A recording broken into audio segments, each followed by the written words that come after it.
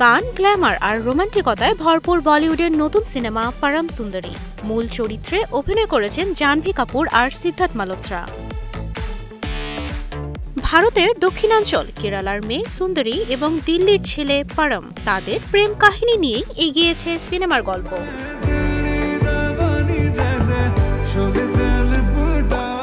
এমন প্রেমের গল্প বলিউডে নতুন নয়, তবে এই সিনেমায় কেরালাকে যেভাবে উপস্থাপন করা হয়েছে তাতে নিন্দা জানিয়েছেন নেটিজেনরা। জাহ্নবীর অভিনয় নিয়েও আপত্তি তাদের।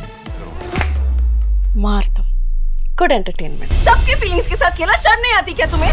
ট্রেলার প্রকাশের পর থেকেই যেন কমছে না সমালোচনার ঝড়। এর মধ্যে সিনেমার নায়িকা কেরালার বাসিন্দা হয়েও হিন্দিতে কথা বলা, বাজে মালয়ালম উচ্চারণ, সাজ পোশাকে গেয় ভাব অন্যতম। কেরালার বিভিন্ন বৈশিষ্ট্য নিয়ে একের পর এক সস্তা রসিকতা করা হয়েছে সিনেমা জুড়ে।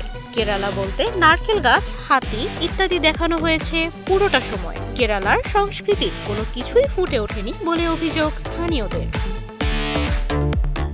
কোনো এলাকার সংস্কৃতি নিয়ে গল্প লেখা হলে তাতে ওই সংস্কৃতির মানুষের অংশগ্রহণ না থাকলে গল্পটা এলোমেলো হয়ে যায় বলে মনে করেন সংশ্লিষ্টরা। যদিও সমালোচকদের তোপের মুখেও বক্স অফিসে সফল হয়েছে চেন্নাই এক্সপ্রেস, মেরি কমের মতো সিনেমা। বলিউডের হিন্দি ছাড়া অন্য রাজ্য নিয়ে সস্তা রসিকতা করার অভিযোগ অনেক পুরনো। তবে এমন সিনেমা শুধু যে বলিউডেই দেখা যায় তা নয়, মালয় সিনেমাতেও দেখা যায় তামিল মানুষদের নিয়ে ঠাট্টা করতে। হিন্দি ভাষার মানুষদের দেখানো হয় কমেডি চরিত্রে। মুক্তির 10 দিনে 46 কোটি রুপি আয় করা সিনেমাটি নিয়ে বেশিরভাগ সমালোচকই ঝেড়েছেন বিরক্তি। তুবাইশি বুশরা, স্টার নিউজ।